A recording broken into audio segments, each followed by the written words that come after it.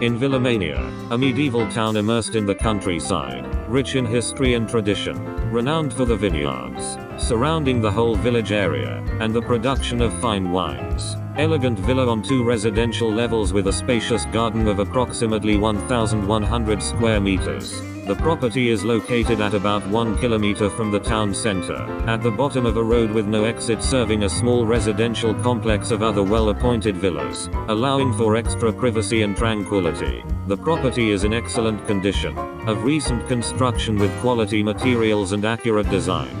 Is developed on 2 residential levels completely paved with wooden floors. At ground level we find a nice large living room with a double-sided fireplace and wide French windows allowing access directly into the patio in the garden. A large habitable kitchen, also with direct access to the garden, and a living area service bathroom.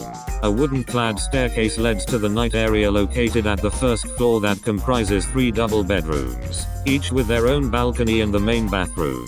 The villa is equipped with natural gas-operated central heating and air conditioning. The premises of the property include an extensive garden of about 1,100 square meters, with an 8,000 liters water tank, a tool shed and covered car parking space. The property is an excellent solution either for residential use or as a second holiday home.